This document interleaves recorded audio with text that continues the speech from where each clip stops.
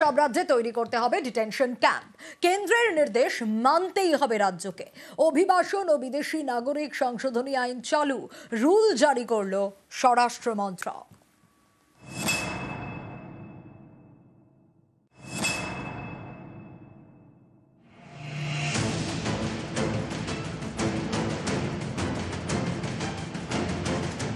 অনুপ্রবেশকারী সন্দেহে কাউকে ধরা হলে তাকে রাখা হয় ডিটেনশন ক্যাম্পে।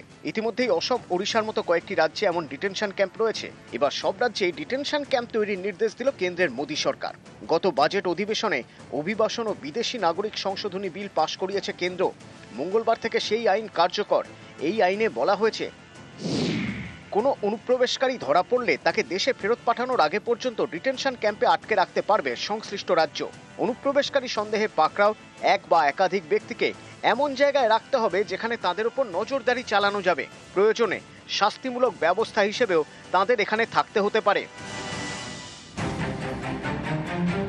1 সেপ্টেম্বর কেন্দ্রের তরফে স্পষ্ট করে দেওয়া হয়েছে, অভিবাসন বা অনুপ্রবেশের ক্ষেত্রে কেন্দ্রের আইন মেনেই চলতে হবে সব রাজ্য এবং কেন্দ্রশাসিত অঞ্চলকে। রাজ্য পৃথকভাবে কোনো নির্দেশ দিলে যে কোনো সময় তা বদলে দিতে বা খারিজ করে দিতে পারে কেন্দ্র। এ নিয়ে কেন্দ্র যখন যা নির্দেশ দেবে তা রাজ্যগুলিকে মানতে হবে। কারা দেশে বৈধ নথি ছাড়া ঢুকতে পারবেন তাও নির্দিষ্টভাবে উল্লেখ করা হয়েছে এই সংশোধনী আইনে। বলা হয়েছে, ধর্মীয় নির্যাতনের কারণে আফগানিস্তান, পাকিস্তান, বাংলাদেশের মতো মুসলিম প্রধান দেশের সংখ্যালঘুরা অর্থাৎ হিন্দু, শিখ, বৌদ্ধ, পার্সি এবং খ্রিস্টান ধর্মাবলম্বীরা বৈধ নথি ছাড়াও ভারতে ঢুকতে পারবেন। 2024 সালের 31 ডিসেম্বরের আগে পর্যন্ত যেসব অমুসলিম এই কারণে দেশে ঢুকেছেন তাদের অনুপ্রবেশকারী হিসেবে দেখা হবে না।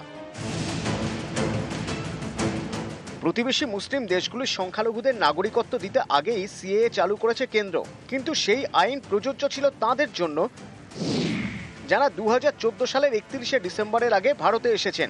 নয়া আইনে এই মেয়াদ 10 বছর বাড়িয়ে 2024-এর 31 ডিসেম্বর করে দেওয়া হয়েছে।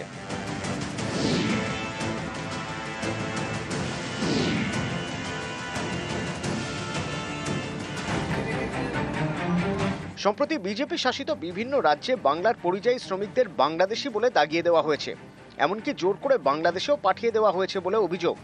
এও অভিযোগ যে বৈধ নথি থাকা সত্ত্বেও রেহাই মেলেনি। কয়েকদিন আগে সুপ্রিম কোর্টও ব্যাখ্যা চেয়েছে, বাংলায় কথা বললেই বাংলাদেশি হিসেবে দাগিয়ে দেওয়া হচ্ছে কোন যুক্তিতে। এরই মাঝে এবার চালু হয়ে গেল অভিবাসন ও বিদেশি নাগরিক সংশোধনী আইন। তৃণমূলের আশঙ্কা, এই আইনের জোরে এবার থেকে নথি নিয়ে সামান্য সন্দেহ হলেই ডিটেনশন ক্যাম্পে ভরে দেওয়া হবে। বিজেপি অবশ্য এই তত্ত্ব মানতে নারাজ। তাদের দাবি, অনুপ্রবেশকারীদের বিরুদ্ধে ব্যবস্থা নিতেই এই আইন। নিউজ 18 বাংলা।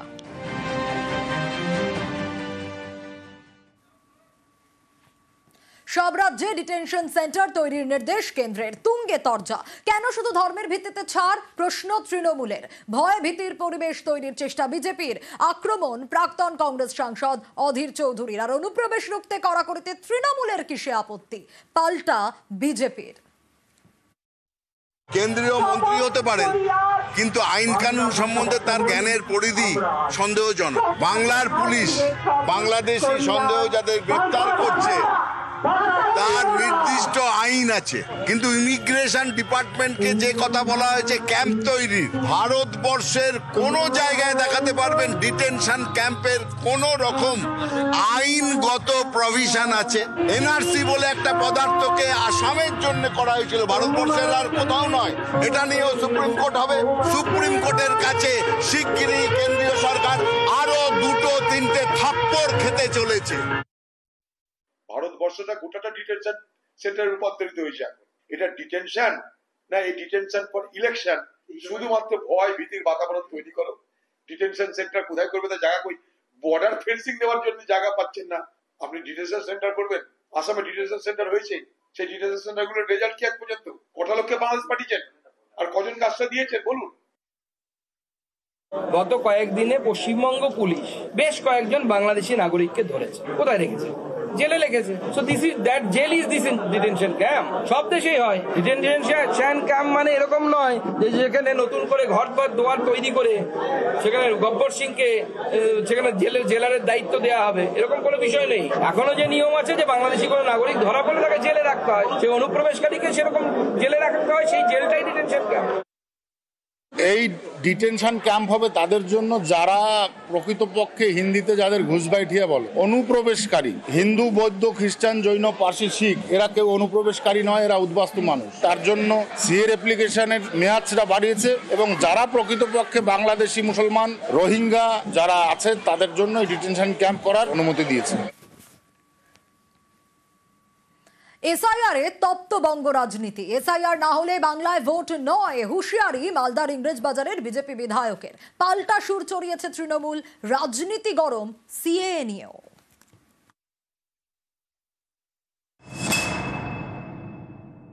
এখানে যদি এসআইআর করতে অসমর্থ হয় নির্বাচন কমিশন, তাহলে আমি একজন লিডার হিসাবে বলছি, আমিও কিন্তু নির্বাচন কমিশনকে ঘেরাও করে রাখবো, আমি কিন্তু নির্বাচন করতে দেব না। এই তো সেই এনকে সলিলের মতো ডায়লগ, সব এগুলো সব ফিল্মে শুনতে ভালো লাগে। এবছর শেষে বিহারে বিধানসভা নির্বাচন, তার আগে বিহারে ভোটার তালিকার এসআইআর অর্থাৎ বিশেষ নিবিড় সংশোধন করছে নির্বাচন কমিশন। খসড়া তালিকা থেকে বাদ গিয়েছে প্রায় 65 লক্ষ ভোটারের নাম, জানিয়ে শোরগোল পড়ে গিয়েছে জাতীয় রাজনীতিতে। বিহারের পর পশ্চিমবঙ্গে এসআইআর করার প্রস্তুতি নিচ্ছে নির্বাচন কমিশন। এই আবহে এবার এসআইআর নিয়ে হুঁশিয়ারি বিজেপি বিধায়ক শ্রীরূপা মিত্র চৌধুরী।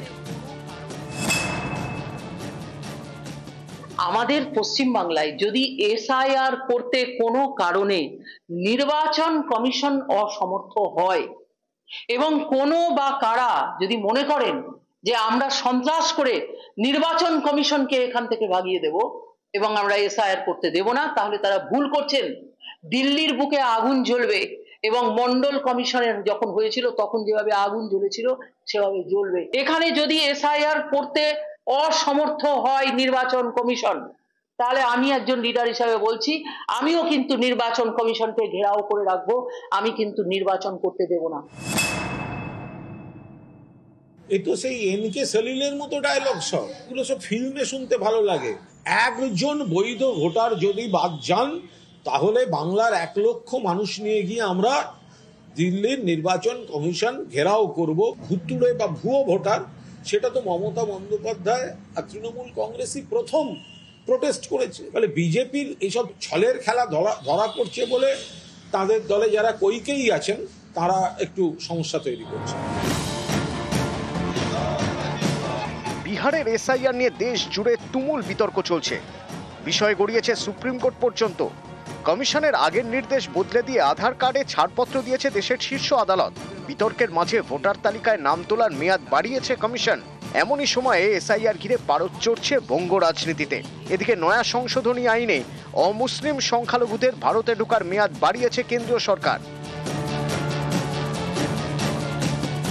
প্রতিবেশী মুসলিম দেশগুলির সংখ্যালঘুদের নাগরিকত্ব দিতে আগেই সিএএ চালু করেছে কেন্দ্র, কিন্তু সেই আইন প্রযোজ্য ছিল তাদের জন্য যারা 2014 সালের 31শে ডিসেম্বরের আগে ভারতে এসেছেন।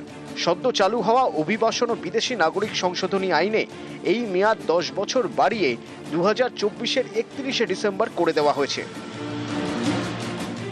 এ নিয়েও রাজনীতি গরম।